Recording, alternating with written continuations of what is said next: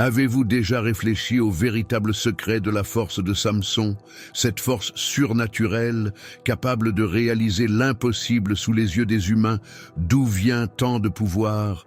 Et le plus impressionnant, comment un homme choisi par Dieu, séparé dès le sein maternel, a-t-il pu tout perdre à cause d'un seul mauvais choix?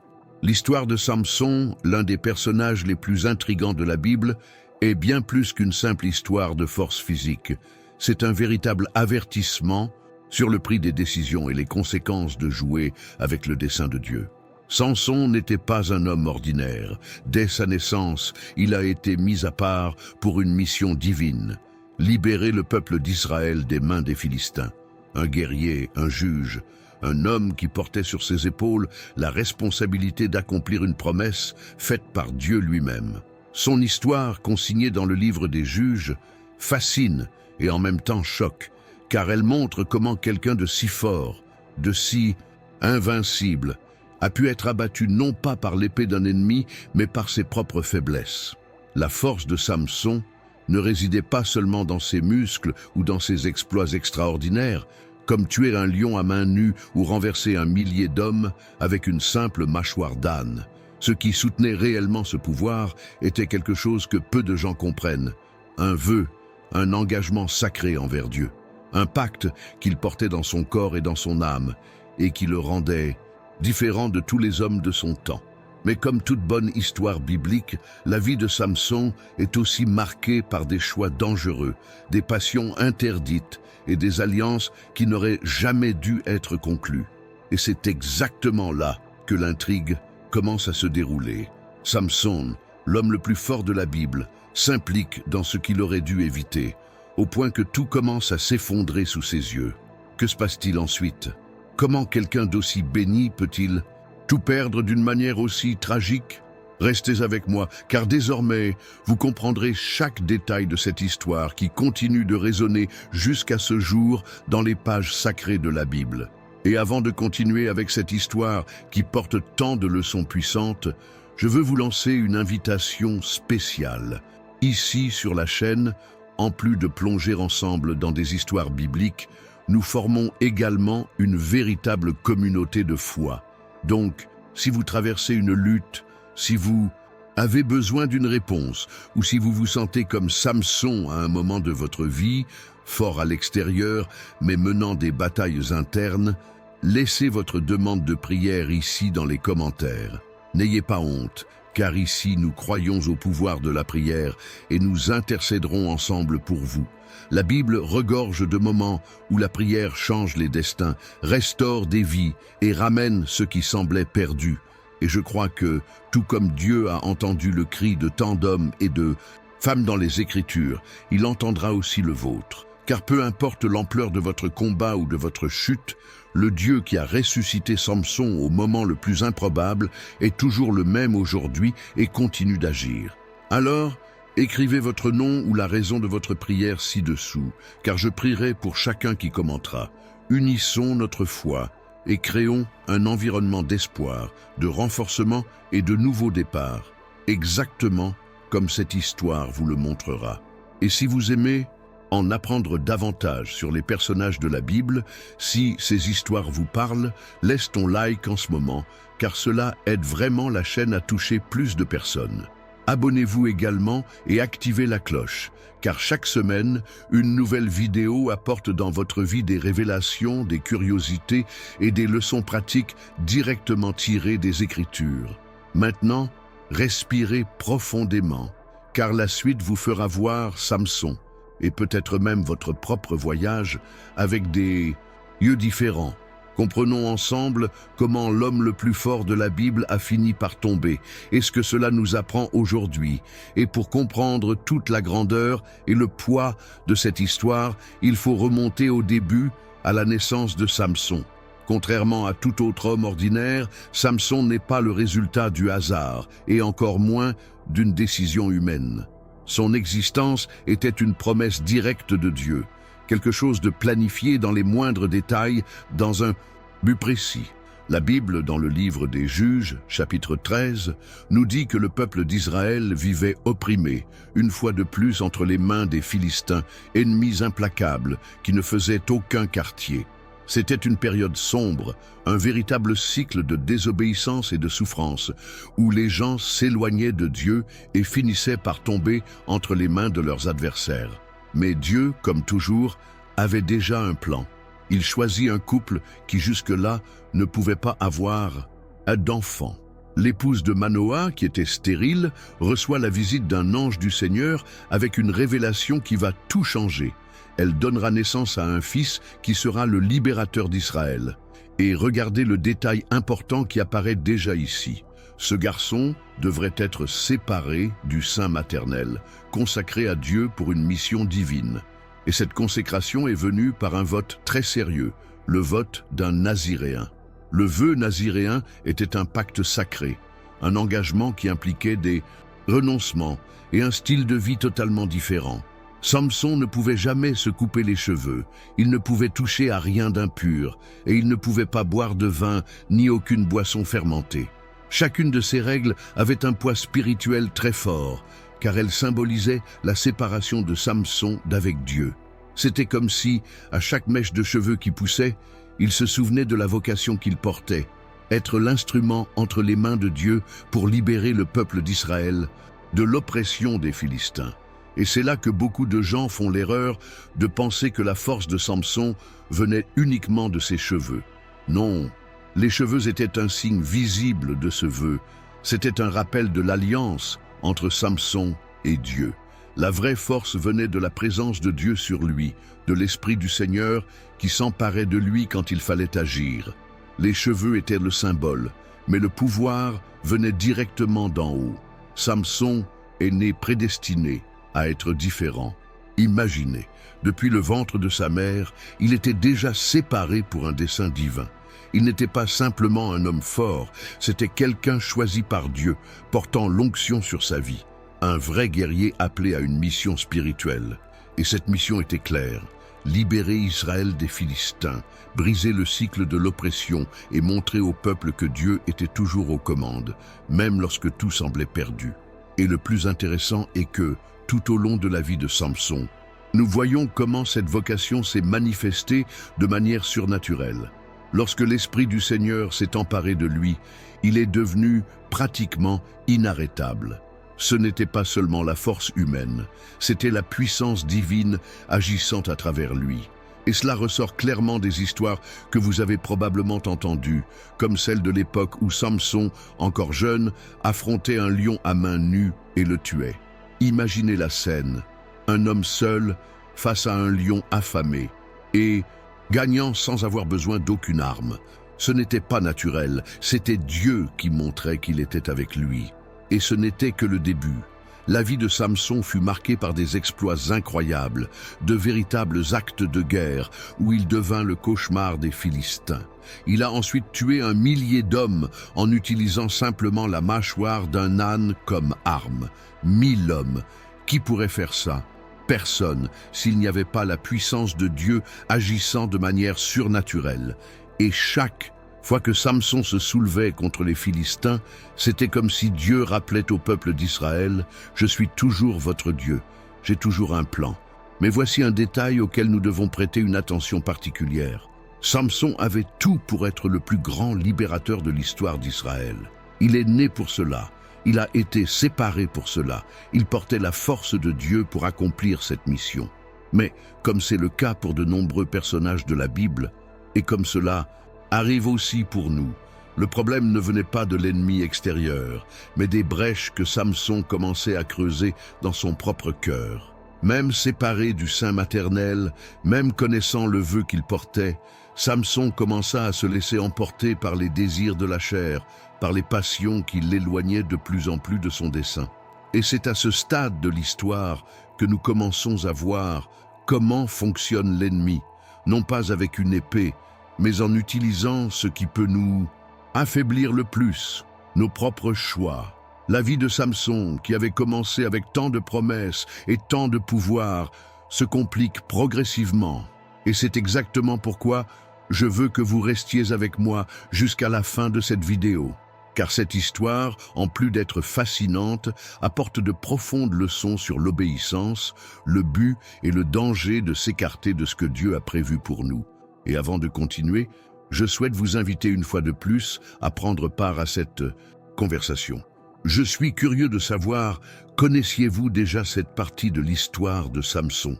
Saviez-vous qu'il a été séparé par Dieu dès le ventre de sa mère? Écrivez ici dans les commentaires « Je ne savais pas » si cette information est nouvelle pour vous. Et si vous le saviez déjà, commentez « Je le savais déjà » parce que cela m'aide beaucoup à comprendre d'où viennent ces histoires bibliques et à quel point nous pouvons grandir ensemble ici sur la chaîne.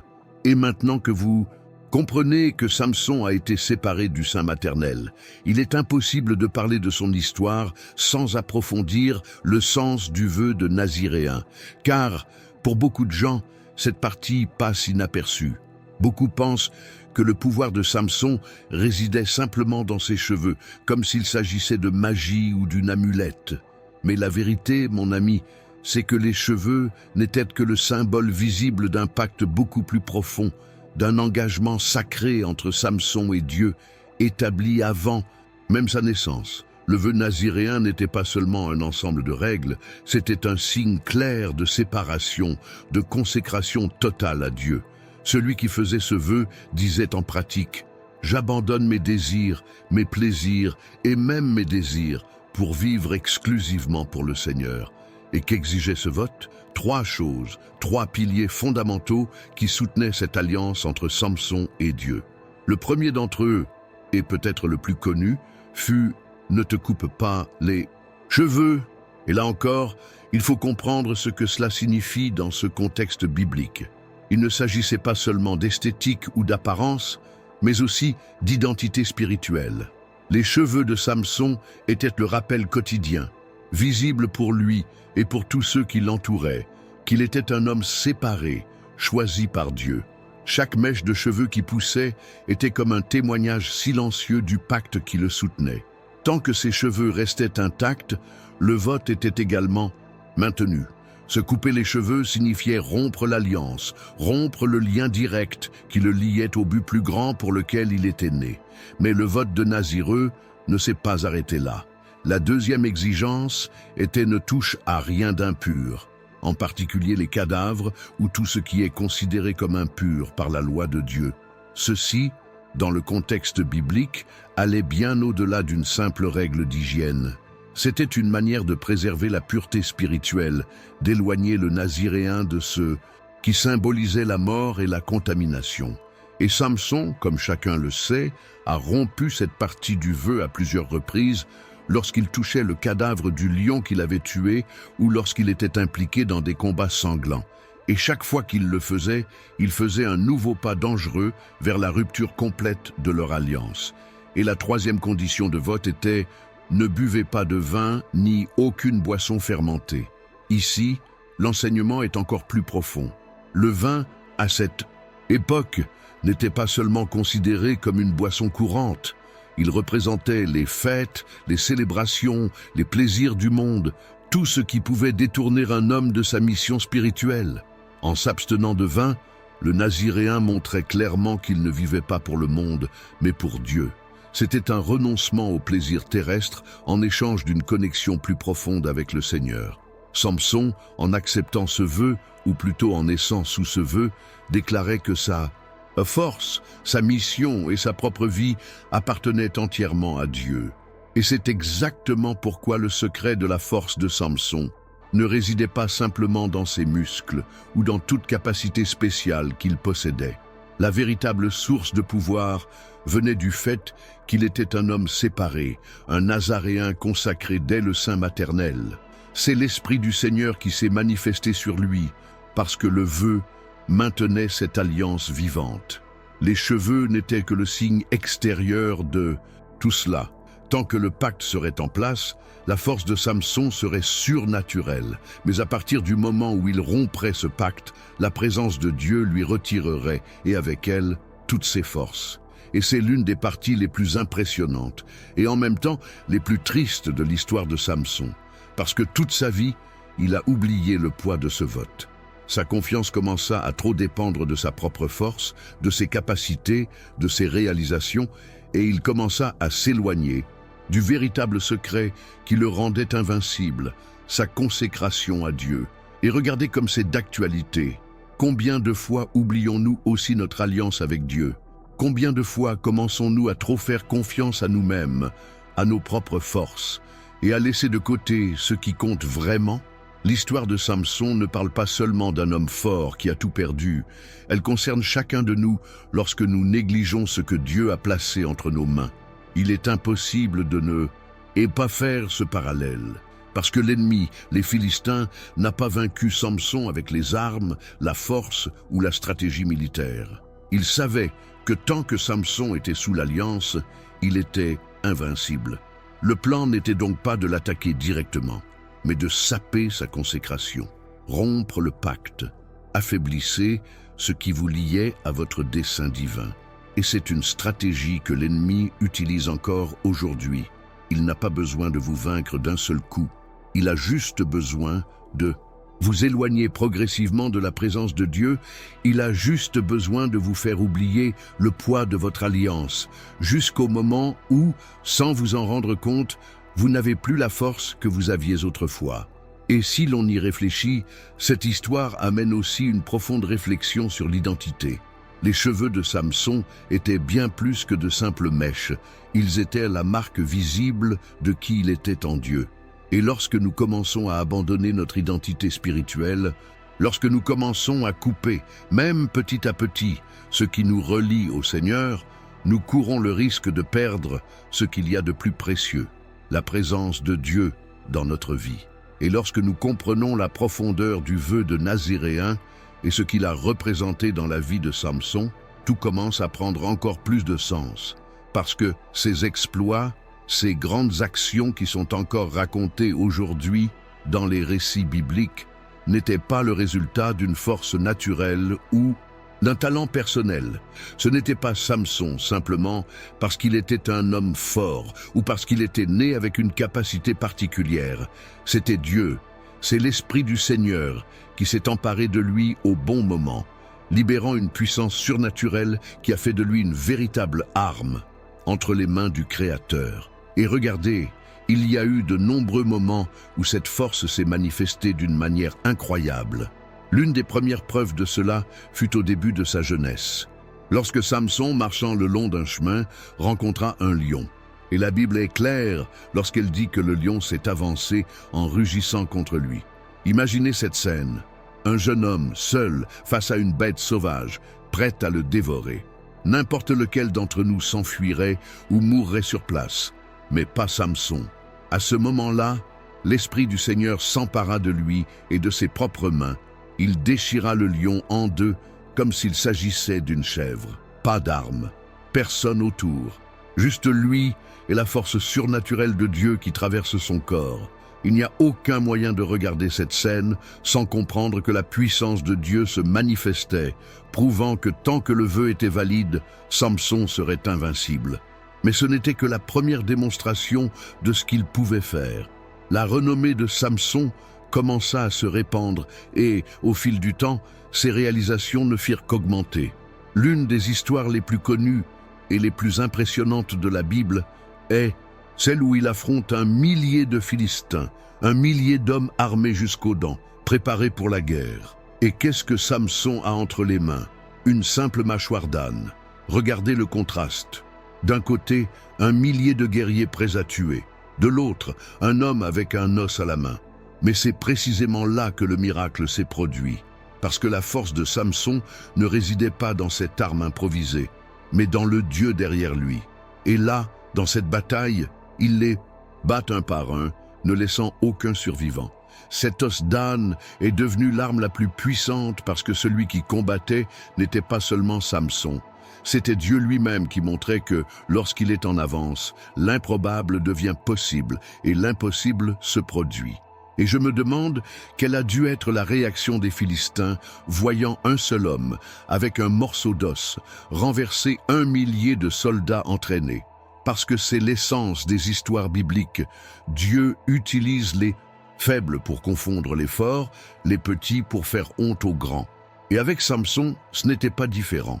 Chacune de ces victoires rappelait au peuple d'Israël, mais aussi à ses ennemis, que la véritable force ne vient pas de l'homme, mais de Dieu. C'était Dieu qui utilisait tout le temps Samson pour montrer qu'il contrôlait réellement la situation. Et ce n'est pas tout.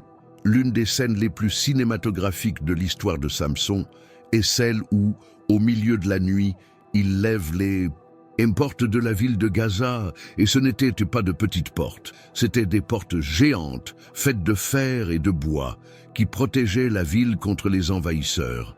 La Bible dit que Samson, sachant que ses ennemis attendaient le bon moment pour l'attraper, s'est simplement levé au milieu de la nuit, a arraché les portes de la ville, les montants et tout, l'a mis sur son dos et l'a porté au sommet d'une montagne. Pouvez-vous imaginer la scène ? Un homme seul, transportant des tonnes de fer et de bois jusqu'à la montagne, comme si c'était léger. Encore une fois, il ne s'agissait pas de sa force physique, mais de la force de Dieu agissant à travers lui. Parce qu'aucun être humain, aussi fort soit-il, ne pourrait faire quelque chose comme ça sans l'intervention divine. Et le plus intéressant est de voir comment, dans chacune de ces situations, l'ennemi a tenté d'encercler Samson, d'utiliser le nombre, le poids, les stratégies humaines. Mais rien n'y fait, parce que tant que l'Esprit du Seigneur était sur lui, Samson était invincible. Ce n'était pas une force ordinaire, ce n'était pas quelque chose de ce monde. C'était céleste, surnaturel, impossible à vaincre par les armes ou les stratégies humaines. Et c'est pourquoi j'aime toujours me rappeler que l'histoire de Samson n'est pas une question de muscles, de courage ou d'avoir un physique imposant. L'histoire de Samson parle d'un homme ordinaire qui, sous l'Alliance, est devenu extraordinaire parce que Dieu l'a utilisé comme instrument. Et peut-être que vous qui m'écoutez maintenant devez vous en souvenir aussi, que votre force, votre victoire, votre gagne-pain ne viennent pas de vos compétences ou de vos propres efforts. Ils viennent de Dieu. Parce que lorsque sa présence s'étend sur nos vies, nous devenons capables de gagner des batailles qui, aux yeux des humains, seraient impossibles. Et Samson en est le meilleur exemple. Un homme qui tua un lion avec ses mains, qui vainquit 1000 ennemis avec la mâchoire d'un âne, qui démolit les portes d'une ville entière et les porta sur son dos. Mais tout cela n'a été possible que parce que l'Esprit du Seigneur s'est manifesté sur lui. Et le plus triste de tout, c'est de savoir que même après avoir vécu tant d'expériences surnaturelles, même après avoir vu de ses propres yeux la puissance de Dieu agissant, Samson s'est progressivement éloigné de la source de sa force. Il a commencé à avoir trop confiance en lui-même, à jouer avec le but que Dieu avait fixé à sa vie.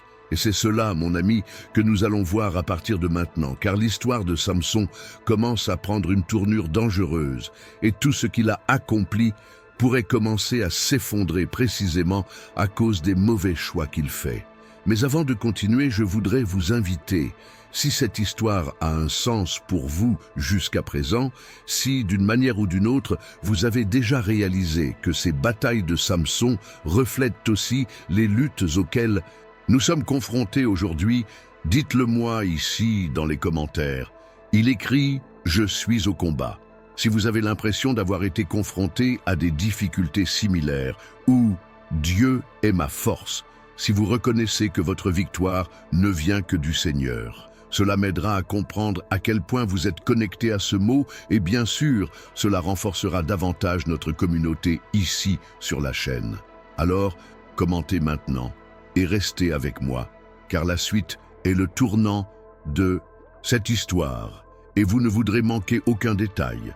Et c'est précisément ici que l'histoire de Samson commence à prendre un tournant et pas pour le meilleur. Après tant d'exploits, après tant de moments où la force de Dieu s'est manifestée puissamment dans sa vie, Samson commence à parcourir un chemin dangereux, un chemin que beaucoup d'entre nous finissent également par parcourir sans même s'en rendre compte. La grande faiblesse de Samson n'était pas les Philistins, ni les guerres, ni les armes dirigées contre lui.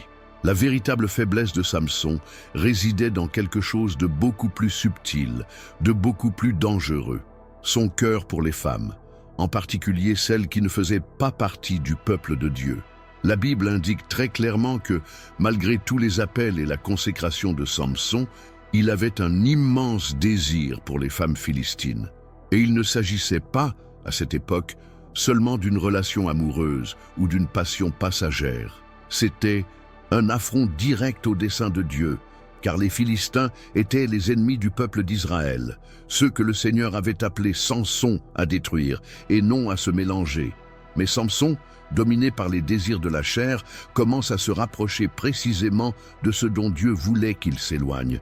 Et ce choix deviendra le début de votre chute. Dans le livre des Juges, on voit que Samson, encore jeune, est enchanté par une Philistine et décide de l'épouser.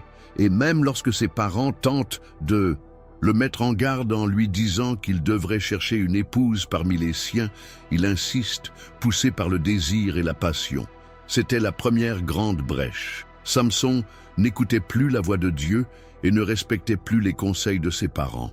Il laissait son cœur parler plus fort que son objectif. Et quand on commence à vivre de cette façon, mon ami, la fin n'est jamais bonne. Et le choix de Samson n'a pas seulement entraîné des problèmes personnels, il a également eu et profondes conséquences spirituelles. Parce que chaque fois qu'il fréquentait une Philistine, il s'éloignait un peu plus de sa vocation, se rendant ainsi vulnérable. Il s'est placé exactement là où l'ennemi le voulait, près du danger, entouré de gens qui ne craignaient pas Dieu, entouré de liens qui ne faisaient qu'affaiblir sa consécration. Et le plus triste, c'est que, même après tant d'expériences surnaturelles, Samson ne se rendait pas compte à quel point il s'éloignait de sa véritable source de force. Et la situation n'a fait qu'empirer. Samson ne s'est pas arrêté à la première femme philistine. Au contraire, il s'est impliqué de plus en plus, faisant des choix de plus en plus mauvais. Et chacune de ses décisions ouvrait une autre brèche, au point qu'il ne voyait plus le danger. Samson a commencé à vivre comme s'il était invincible, comme si rien ne pouvait l'abattre, comme si le fait qu'il ait été choisi par Dieu le protégeait des conséquences de ses mauvais choix.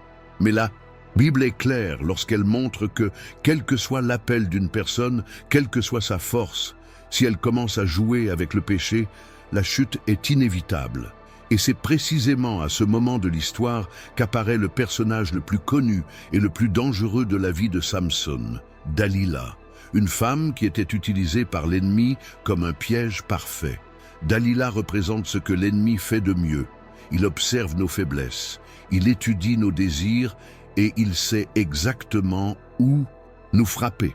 Et Samson, déjà le cœur loin de Dieu, déjà habitué à faire ce qu'il voulait, finit par tomber follement amoureux d'elle. Et ce qui semblait n'être qu'une autre romance était en fait le dernier nœud coulant autour de lui. Dalila n'aimait pas Samson. Elle fut achetée par les princes des Philistins qui lui promirent une grosse somme d'argent si elle parvenait à arracher à Samson le secret de sa force. Et c'est là que nous voyons à quel point le péché est insidieux. Car l'homme le plus fort de la Bible, celui qui avait déjà tué 1000 hommes avec une mâchoire, qui avait déchiré un lion, qui avait démoli les portes d'une ville, était désormais complètement vulnérable, non pas face à une armée, mais dans les bras d'une femme. Samson était tellement aveuglé par ses passions qu'il ne réalisait pas qu'il dormait sur les genoux de l'ennemi. Dalila commence à faire pression sur lui jour après jour, essayant de lui soutirer le secret de sa force. Et Samson, jouant avec le danger, commence à donner des réponses incomplètes, comme s'il pensait tout maîtriser. Mais chaque fois qu'il cédait un peu, chaque fois qu'il s'ouvrait davantage, il se rapprochait de l'abîme. Et c'est très grave, car cela nous montre à quel point l'ennemi n'est pas pressé. Il mine peu à peu nos forces, il utilise ce que nous aimons le plus, ce que nous désirons le plus, jusqu'au moment où nous sommes tellement impliqués, tellement empêtrés, que nous ne réalisons plus à quel point nous sommes spirituellement faibles. Et cette partie de l'histoire de Samson est l'une des plus tristes de la Bible, car elle révèle comment un homme de Dieu peut se perdre complètement lorsqu'il commence à vivre selon les désirs de la chair, et non plus selon la direction de l'esprit. Samson, celui qui était séparé du sein maternel, celui qui avait une mission divine, se livrait désormais entre les mains d'une femme qui ne voulait que le détruire. Et le pire, c'est qu'il n'a pas vu le danger. Il croyait que Même si tout allait mal, il serait capable de s'en sortir comme il l'avait toujours fait auparavant. Mais ce que Samson n'a pas réalisé, c'est qu'en se détournant de Dieu, en jouant avec un but précis, il était déjà vaincu, avant même que les Philistins ne le capturent. Et savez-vous ce que cela nous apprend? Que ça ne sert à rien d'avoir des dons, des talents, de la force, si on n'a pas de caractère, si on n'a pas la crainte de Dieu. Parce que l'ennemi ne craint pas votre force, il craint votre obéissance, il craint votre lien avec le Seigneur. Et lorsque Samson commença à s'éloigner, lorsqu'il échangea ses intentions contre des passions, lorsqu'il renonça à son vœu pour un plaisir momentané, il livrait déjà sa force entre les mains de l'ennemi. Et c'est précisément ici que l'intrigue commence à s'approfondir et que l'ennemi, de manière subtile et stratégique, utilise contre lui ce que Samson voulait le plus.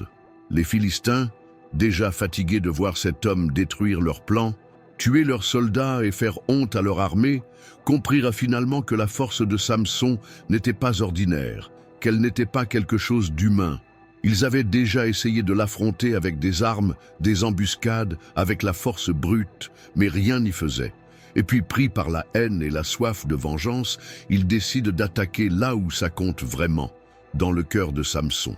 C'est alors que Dalila entre définitivement en scène. Une femme belle, séduisante, attachante, exactement comme Samson se laissait toujours emporter. Elle était le pion parfait entre les mains des Philistins, engagé pour lui soutirer ce que personne d'autre ne pouvait, le secret de sa force. Et le prix de cette trahison était élevé. Les princes des Philistins lui offraient une énorme somme d'argent, suffisamment d'argent pour garantir que Dalila ferait tout ce qu'il fallait pour mener à bien la mission. Ainsi commença le jeu le plus dangereux de la vie de Samson. Dalila, avec toute sa beauté et son pouvoir de persuasion, s'est rapprochée encore plus de Samson, l'impliquant émotionnellement, lui faisant croire qu'il était en sécurité à ses côtés. Et c'est là que la Bible montre l'un des aspects les plus profonds de cette histoire. L'ennemi n'est pas pressé, il sait attendre, il travaille petit à petit jusqu'au moment opportun pour attaquer. Dalila n'est pas allée droit au but. Elle commença à sonder, à utiliser la séduction, les mots doux, l'affection, créant un environnement de fausse sécurité jusqu'à ce que Samson se sente complètement abandonné, vulnérable. Elle le regarda dans les yeux et demanda « Samson, dis-moi, quel est le secret de ta force? Comment peux-tu être ligoté et dominé ?» Cela semble être une demande innocente, mais le piège était là. Samson, pensant avoir le contrôle, a décidé de jouer avec le danger. Il a menti la première fois en disant que s'il l'attachait avec 7 cordes neuves, il serait aussi faible que n'importe quel autre homme. Dalila, sans perdre de temps, attendit que Samson dorme et appela les Philistins qui se cachaient déjà. Elle l'a attaché et a crié « Les Philistins sont sur toi, Samson !»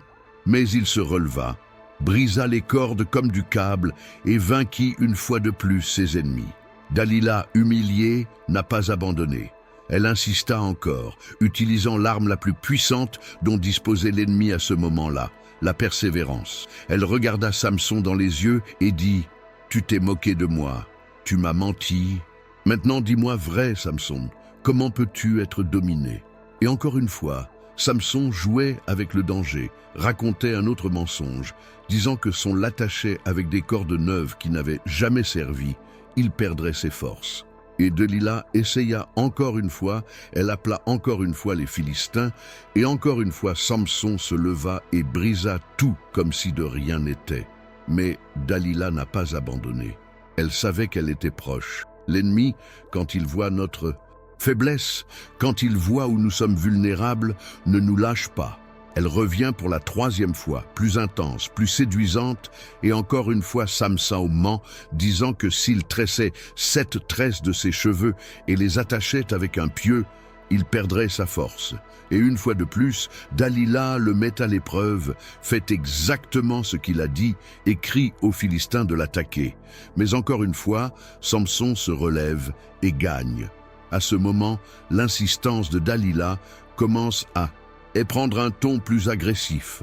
La Bible dit qu'elle le harcelait chaque jour avec ses paroles, le pressant, le manipulant, jusqu'à ce que l'âme de Samson soit bouleversée au point d'en mourir. Et regardez, quand nous lisons cette partie, nous ne pouvons nous empêcher de voir comment le péché agit de la même manière dans nos vies.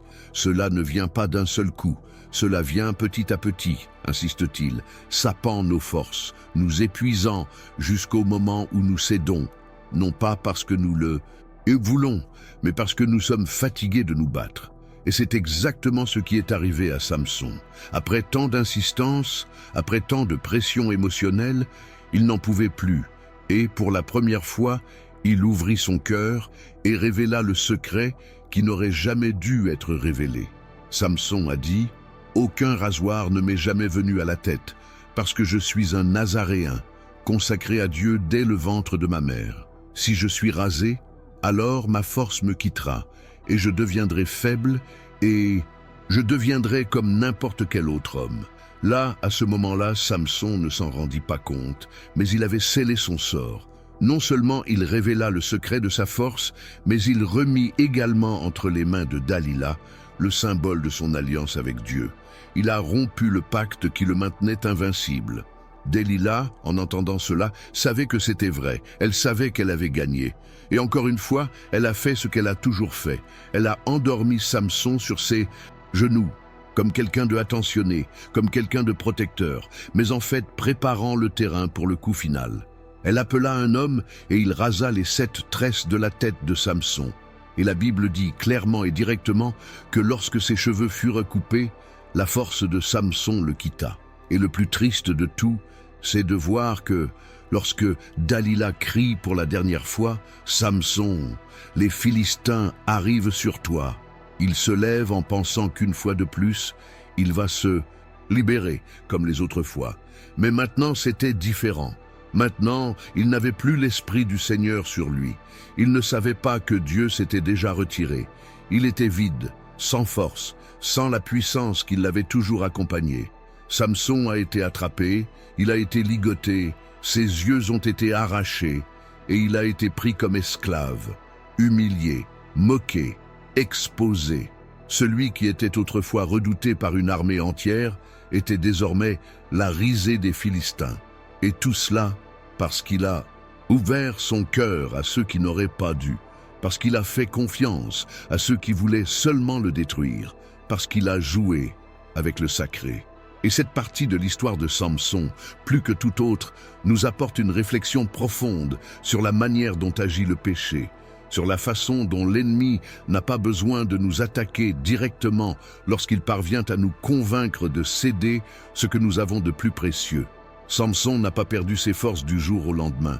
Il s'est livré petit à petit, il a cédé, il a joué avec le danger jusqu'au moment où il n'y avait plus de retour en arrière. Maintenant, je veux avoir de vos nouvelles. Vous qui êtes ici avec moi, qui suivez chaque détail de cette puissante histoire biblique. Avez-vous déjà été dans des situations où vous avez réalisé que l'ennemi minait progressivement vos forces jusqu'à vous faire presque abandonner? Dites-moi dans les commentaires, écrivez ici « L'ennemi a essayé de m'arrêter ». Si ce mot vous semble sens, commentez « Je choisis de rester ferme » si tu comprends que tu ne peux plus jouer avec ce qui est sacré. Et c'est alors que s'est produit le moment le plus dramatique et le plus mémorable de l'histoire de Samson. Un instant qui a complètement changé le cours de sa vie, le tournant qui a scellé le début de sa chute. Après toute cette insistance, après des jours et des jours de pression, Dalila a finalement obtenu ce qu'aucun ennemi, aucune arme, aucune armée n'a pu réaliser. La confiance totale de Samson. Elle ne l'a pas vaincu avec la force, elle ne l'a pas vaincu avec une épée, mais elle l'a détruit dans le domaine de l'émotion, de la séduction, de l'insistance, de l'usure. Dalila a miné l'âme de Samson jusqu'à ce qu'il se lasse de se battre, jusqu'à ce qu'il se rende complètement et abandonne ce qui lui était le plus précieux, le secret de sa force. Samson, déjà affaibli spirituellement, sans la force de résister, ne supporte plus la pression et décide d'ouvrir son cœur, une erreur fatale. Celui qui était toujours réservé, celui qui portait un secret entre lui et Dieu, a finalement cédé à la manipulation de Dalila. Et à ce moment-là, il a prononcé des mots qu'aucune oreille humaine n'aurait jamais dû entendre. Il révéla ce qui le maintenait debout, ce qui soutenait sa force surnaturelle. Il a avoué « Aucun rasoir ne m'est jamais venu à la tête, car je suis un Naziréen, consacré à Dieu dès le sein de ma mère. Si mes cheveux sont coupés, ma force me manquera, et je deviendrai aussi faible que n'importe quel autre homme. » Ce fut l'abandon le plus douloureux de l'histoire de Samson. Un véritable abandon de votre alliance, de votre vœu, de votre consécration. Celui qui avait été séparé par Dieu dès le ventre de sa mère remettait désormais entre les mains d'une femme le secret de sa connexion avec le Seigneur. Et le plus triste de tout, c'est qu'à ce moment-là, Samson ne se rendait même pas compte de l'ampleur du drame qu'il provoquait. Il était tellement impliqué, tellement aveuglé par la passion, tellement épuisé par l'insistance qu'il ne parvenait plus à discerner ce qui était bien ou mal. Il a simplement livré ce qui ne pourrait jamais être livré. Dalila, en entendant ces mots, comprit instantanément qu'elle avait gagné. Elle n'a pas perdu de temps. D'un cœur froid et calculateur, elle fit appeler l'homme qui l'attendait, se préparant au coup final. Et, avec la même fausse délicatesse que toujours, elle fit allonger Samson sur ses genoux. Une scène qui, pour qui regarde de l'extérieur, apparaît comme une scène d'amour, de souci, mais qui cache en fait la plus grande trahison de sa vie. Alors qu'il dormait, confiant en celui qu'il pensait l'aimer, le traître s'approcha avec le rasoir à la main. Et c'est là, à ce moment-là, que le bruit de la lame coupant les cheveux de Samson retentit comme une phrase. Un à un, les fils sont tombés. Chaque tresse coupée représentait plus que des cheveux tombant à terre. C'était l'alliance qui se rompait, c'était le pacte qui se rompait. C'était la force de Dieu qui s'éloignait d'un homme qui, à ce moment-là, n'était plus le même. Les cheveux de Samson n'étaient pas seulement un symbole extérieur. Ils étaient la marque physique de sa séparation, de sa consécration au Seigneur. Et à mesure que chaque brin était arraché, l'Esprit de Dieu s'en retirait. La Bible dit clairement qu'après avoir coupé tous les cheveux de Samson, Dalila s'écria comme auparavant « Samson, les Philistins, ils sont sur toi !» Mais cette fois, quelque chose de différent s'est produit. Samson s'est réveillé, comme d'autres fois, croyant qu'il pouvait se libérer, qu'il pouvait s'échapper, qu'il pouvait se battre. Il pensait qu'une fois de plus, Dieu serait là pour le fortifier. Mais lorsqu'il essaya de se relever, il n'en sentit plus la force. Lorsqu'il recherchait cette force qui le rendait invincible, elle n'était plus là. L'Esprit du Seigneur s'était retiré et Samson ne le remarqua pas. Et c'est sans aucun doute l'un des moments les plus tristes et les plus marquants de tout le récit biblique. Car ici, on voit bien que la force de Samson n'a jamais été dans ses muscles, ni dans son courage, encore moins dans son apparence. La force de Samson a toujours été la présence de Dieu dans sa vie. Et au moment où il ignorait cette présence, lorsqu'il choisissait de rompre le pacte pour un plaisir momentané, il se retrouvait comme n'importe quel autre homme, faible, vulnérable, vaincu. Samson, qui avait déjà déchiré un lion avec ses mains, qui avait tué 1000 hommes avec la mâchoire d'un âne, qui avait démoli les portes de la ville et les portait sur son dos, ne pouvait même plus se défendre. Parce que ce qui le soutenait, c'était l'Esprit du Seigneur, et sans lui, Samson n'était rien de plus qu'un homme ordinaire. Les Philistins l'ont facilement attrapé, lui ont attaché les mains et, pour s'assurer qu'il ne constitue plus jamais une menace, lui ont arraché les yeux. Celui qui voyait, au-delà de ses ennemis, était désormais aveugle, humilié, pris comme esclave. Et voici un avertissement très fort pour nous tous. Combien de fois jouons-nous aussi avec ce qui est sacré? Combien de fois restons-nous sur les genoux de l'ennemi, croyant que tout s'arrangera et que nous serons à nouveau libres? Combien de fois échangeons-nous la présence de Dieu contre des plaisirs éphémères, contre de mauvaises relations, contre des choix qui ne font que nous éloigner de notre objectif? Tout. Comme Samson, nous pensons souvent que nous avons le contrôle, que nous pouvons jouer avec le péché, que nous pouvons approcher le danger et en sortir indemnes. Mais la vérité est que lorsque le pacte est rompu, lorsque l'alliance est méprisée, le prix sera toujours très élevé. Et savez-vous ce qu'il y a d'encore plus fort dans cette partie de l'histoire? C'est se rendre compte que Samson n'a même pas réalisé que Dieu s'était retiré. Il pensait qu'il avait encore de la force, il pensait qu'il pouvait encore se battre, mais spirituellement, il était déjà vaincu. C'est ce que fait le péché. Peu à peu, il nous repousse, nous aveugle, nous fait croire que nous allons bien, jusqu'au jour où, alors que nous avons le plus besoin de la présence de Dieu, nous nous rendons compte qu'il n'est plus là, parce que nous l'avons nous-mêmes quitté. Et c'est exactement ainsi, de cette manière tragique et douloureuse, que Samson tomba entre les mains de ses ennemis.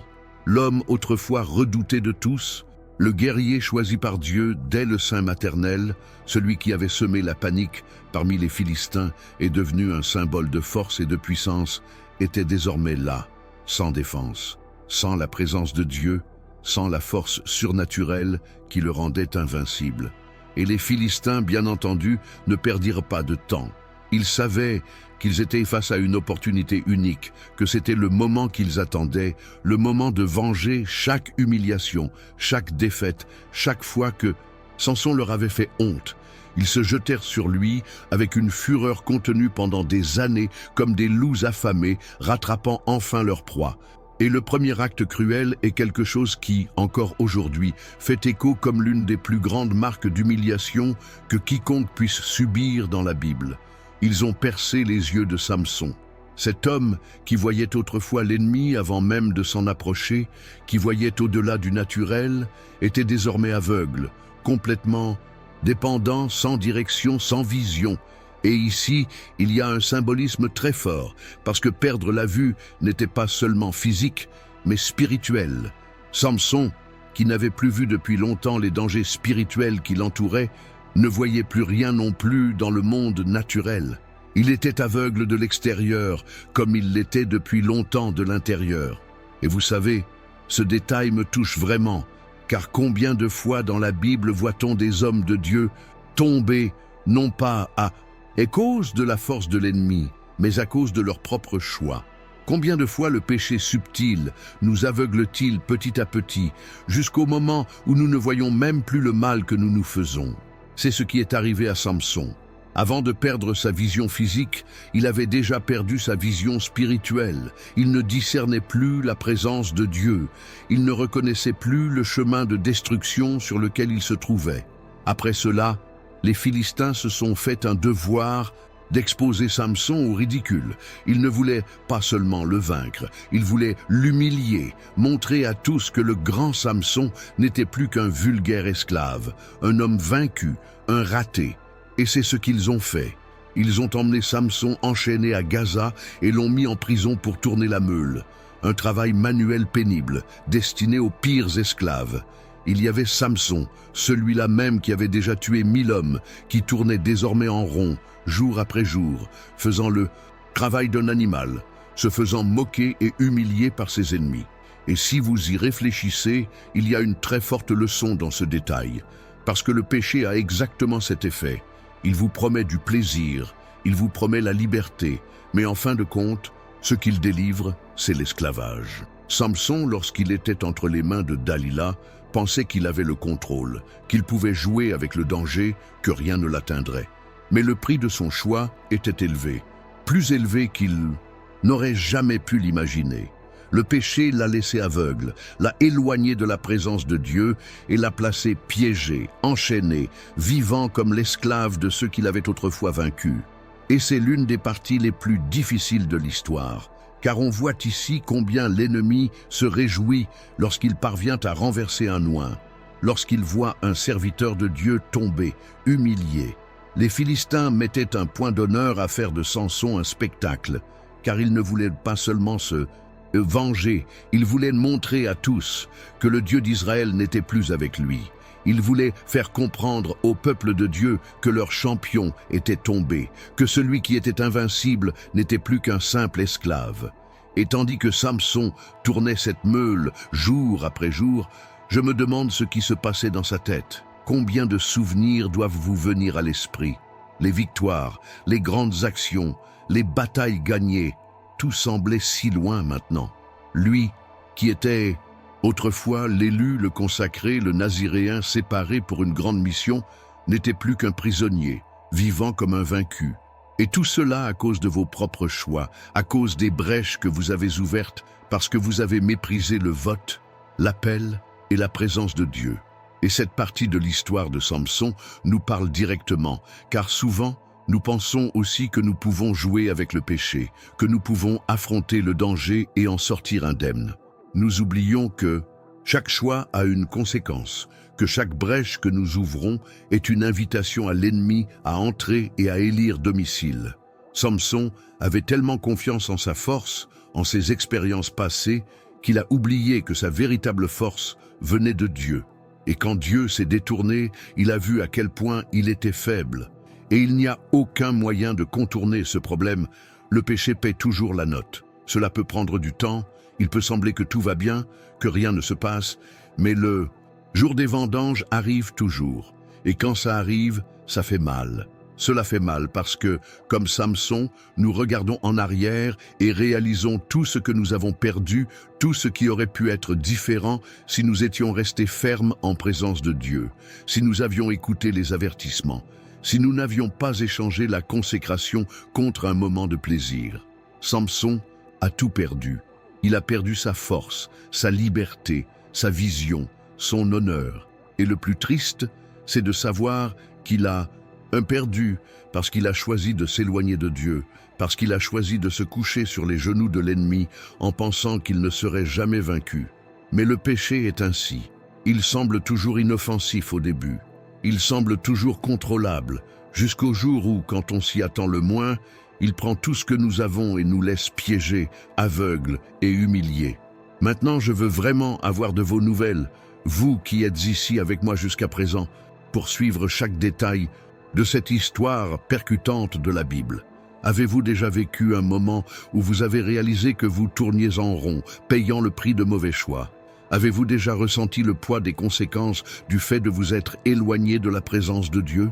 Dites-moi ici dans les commentaires, écrivez « Je ne veux pas être esclave du péché » si ce mot vous a parlé fort à cœur, ou commentez « Je choisis de rester fidèle » si vous comprenez que le prix de l'obéissance sera toujours inférieur au prix de la chute.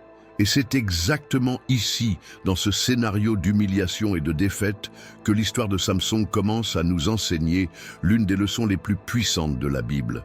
Parce que l'ennemi croyait avoir déjà gagné. Il croyait que l'histoire de Samson s'était terminée là, dans cette prison, tournant la meule comme un esclave aveugle et humilié. Mais ce qu'ils n'ont pas réalisé, et ce que nous oublions souvent aussi, c'est que Dieu n'avait pas encore donné le dernier mot sur la vie de cet homme. Car même vaincu, même en ruine, même piégé et humilié, quelque chose a commencé à arriver à Samson. Quelque chose de simple, de discret, presque imperceptible à l'œil humain, mais qui avait une énorme signification spirituelle. Les cheveux de Samson recommençaient à repousser. Et la Bible met un point d'honneur à consigner ce détail, car elle connaissait le poids qu'il portait. Là, au milieu de cette prison, pendant que Samson tournait la meule, pendant que le peuple se moquait de lui et pensait que tout était fini, Dieu préparait déjà le terrain pour un nouveau départ. La marque du Naziréen, symbole de son alliance avec Dieu, commença à se renouveler. Fil après fil, les cheveux de Samson ont poussé et, avec eux, une nouvelle opportunité est née. Et cela me parle beaucoup, car combien de fois, même après que nous soyons tombés, même après avoir commis une grosse erreur, Dieu, dans sa miséricorde, commence-t-il à nous donner des signes indiquant qu'il n'a pas encore terminé l'œuvre dans nos vies? La pousse des cheveux était le signe que l'alliance pouvait être rétablie. C'était comme si Dieu disait « Tu as commis une erreur, Samson. Tu es gravement tombé. Mais s'il y a du repentir, s'il y a du tollé, il y a encore une chance de recommencer. » Et là, dans la solitude de cette prison, aveugle, faible, sans honneur, Samson commença à réfléchir. Il commença à se rappeler qui il était, le Dieu qui un jour l'appelait, le but qui avait été tracé pour sa vit depuis le ventre de sa mère. Et ce processus de reconnaissance est si fort parce qu'il montre que peu importe à quel point un être humain tombe, peu importe jusqu'où il s'éloigne, il y a toujours un chemin de retour lorsqu'il y a un repentir sincère. Et la preuve en vient peu après, lorsque les Philistins, pensant avoir le contrôle, décident d'organiser une grande fête, un véritable spectacle pour célébrer la victoire sur l'ennemi qu'ils redoutaient tant. Ils se rassemblèrent au temple du dieu Dagon, remplirent l'endroit de gens, de dirigeants, de princes, de tout le peuple, et commencèrent à offrir des sacrifices à leur faux dieu, le remerciant pour la victoire sur Samson. Ils disaient que Dagon avait livré entre leurs mains leur plus grand ennemi, l'homme qui les avait le plus humiliés. C'était une fête de moquerie, une célébration de la défaite du serviteur de Dieu. Et au plus fort de cette fête, poussés par le désir d'humilier encore davantage, les Philistins ont ordonné que Samson soit amené afin qu'il soit exposé comme un trophée, une pièce d'exposition. Ils voulaient le voir aveugle, faible, humilié, et ils se moquaient de lui, se moquaient de lui, se moquaient de celui qui les faisait autrefois trembler de peur. Samson a été emmené au temple, guidé par un jeune garçon, et là, au milieu de cette foule, entouré de ses ennemis, s'est produit quelque chose qui a changé le cours de l'histoire. C'est à ce moment-là que Samson, reconnaissant sa totale dépendance à l'égard de Dieu, fit la prière la plus sincère et la plus puissante de sa vie. Il n'a pas demandé pour lui-même, il n'a pas demandé à vivre, il n'a pas demandé à retrouver ses forces pour se montrer ou pour retrouver sa renommée. Non, Samson a imploré la miséricorde de Dieu et n'a demandé qu'une dernière chance. Le cœur brisé, Samson a prié « Seigneur Dieu, souviens-toi de moi. Donne-moi encore une fois de la force, ô Dieu, afin que je puisse immédiatement me venger des Philistins pour mes 2 yeux. » Et cette prière, simple, directe et sincère, a touché le cœur de Dieu. Parce que Samson qui y priait n'était plus le même homme arrogant et confiant en ses propres forces. C'était un homme brisé et repentant, conscient du prix qu'il avait payé pour ses erreurs, mais toujours plein de foi que Dieu pouvait agir à nouveau. Et c'est là que nous voyons combien notre Dieu est un Dieu de la seconde chance, un Dieu qui entend le cri du repentant, qui répond lorsque la prière vient d'un cœur sincère. Samson demande alors au jeune homme qui le guidait de le placer entre les 2 colonnes centrales du temple, celles qui supportaient tout le poids de la structure. Et là, debout, aveugle, mais voyant désormais plus spirituellement que jamais, Samson dit sa dernière prière et s'appuie de toutes ses forces sur les piliers. Il crie à nouveau vers Dieu et, avec le dernier souffle de la force divine, pousse les piliers avec tout ce qu'il possède. Et le résultat fut dévastateur. Les colonnes se sont brisées, le temple s'est effondré et tous ceux qui s'y trouvaient, les dirigeants, les princes, tout le peuple, sont morts sous les décombres. La Bible met un point d'honneur à rapporter que, dans ce dernier acte, Samson a tué plus de Philistins qu'il n'en avait tué dans toute sa vie. Et c'est très fort. Parce que celui qui a commencé l'histoire comme l'homme le plus fort, celui qui est tombé, qui a été humilié, qui a tout perdu, termine maintenant son voyage en accomplissant la mission que Dieu lui avait confiée, détruire les ennemis d'Israël. Pas comme il l'imaginait, pas au sommet de sa force ou de sa renommée, mais brisé, humilié, repentant, dépendant uniquement et exclusivement de la miséricorde de Dieu. Et cette partie de l'histoire de Samson parle beaucoup à mon cœur, car elle montre que peu importe à quel point nous avons commis des erreurs, à quel point nous sommes tombés ou à quel point nous nous sommes éloignés de Dieu, quand il y a une vraie repentance, quand nous reconnaissons que sans Dieu nous ne sommes rien, il peut encore nous utiliser. Il peut encore faire de grandes choses dans nos vies, même si c'est au dernier moment. Dieu est encore capable de transformer notre plus grand échec en notre plus grande victoire. Et plus encore, Dieu est toujours capable d'accomplir son dessein, même à travers nos chutes. Et maintenant, après avoir plongé dans cette histoire profonde et pleine de leçons, il est impossible de ne pas réfléchir à ce qui se me cache réellement derrière tout ce que Samson a vécu. Parce que l'histoire de Samson n'est pas seulement un récit ancien, quelque chose de très éloigné de notre réalité. Non, cela s'adresse directement à moi, à vous et à nous tous qui, d'une manière ou d'une autre, sommes confrontés à nos propres luttes, portons nos faiblesses et oublions souvent d'où vient réellement notre force. Et la première grande vérité que cette histoire révèle sous nos yeux est précisément celle-ci. La force ne vient pas de nous. Cela n'est jamais venu, cela n'arrivera jamais. La force vient de Dieu, cela a toujours été lui, ce sera toujours lui. Samson était l'homme le plus fort de sa génération, le plus redouté, le plus victorieux. Mais ce qui le rendait invincible n'était pas son physique, ni ses muscles, ni ses aptitudes au combat. C'était l'esprit du Seigneur sur sa vie. C'est l'alliance avec Dieu, le pacte signé avant même sa naissance, le vœu du Naziréen qui l'a séparé pour un objectif plus grand. Et quand Samson comprit cela, là même, aveugle, humilié, enchaîné, il vécut le plus grand acte de force de sa vie. Non pas parce qu'il restait encore quelque chose de lui, mais parce qu'à ce moment-là, il a reconnu que sans Dieu, il n'était rien. Et cela s'applique à nous aujourd'hui. Combien de fois nous trompons-nous en pensant que nous gagnons grâce à notre intelligence, nos capacités, notre force? Combien de fois regardons-nous les victoires et croyons-nous que c'est notre mérite? Mais la vérité est que tout vient de Dieu. Si nous sommes debout, c'est parce qu'il nous soutient. Si nous gagnons des batailles, c'est parce qu'il combat pour nous. Et le danger commence quand on oublie cela, quand on commence à trop se faire confiance, tout comme Samson. Et voici la deuxième leçon puissante de cette histoire, le danger de jouer avec le péché. Parce que le péché, mon ami, n'apparaît jamais au grand jour. Il n'apparaît jamais avec un visage de destruction. Cela vient subtilement. Cela vient déguisé en plaisir, désir, opportunité. Et lorsque nous nous en rendons compte, nous sommes déjà sur les genoux de l'ennemi, pensant que nous avons le contrôle, pensant que nous pouvons aller et venir quand nous le voulons. Mais la vérité est que personne ne joue impunément avec le péché. Tôt ou tard, la facture arrive et le prix est élevé. Samson se sentait invincible. Il pensait pouvoir s'impliquer avec Dalila, se rapprocher des Philistins, céder à leurs désirs et continuer à être utilisé par Dieu. Mais ce qu'il n'a pas réalisé, et ce que beaucoup d'entre nous mettent également du temps à réaliser, c'est que chaque mauvais choix, chaque pas en dehors de notre objectif, nous éloigne un peu plus de la présence de Dieu.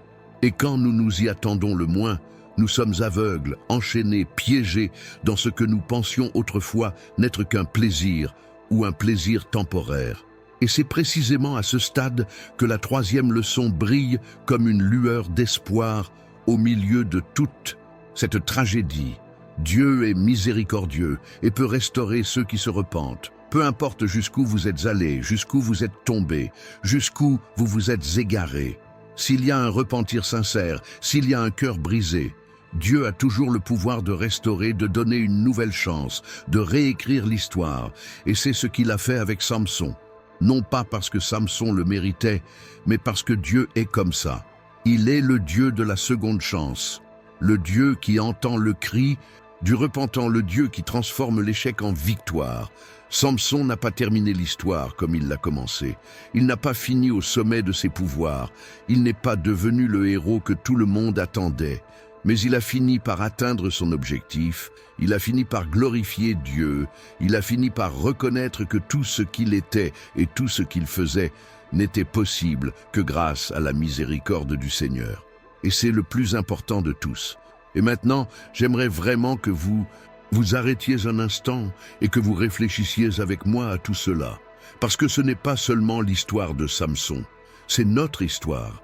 C'est l'histoire de chaque personne qui a été appelée par Dieu, qui a ressenti la présence de Dieu, qui a été utilisée par Dieu, mais qui à un moment donné s'est perdu en chemin, s'est laissé emporter par les faiblesses, par les passions, par les mauvais choix.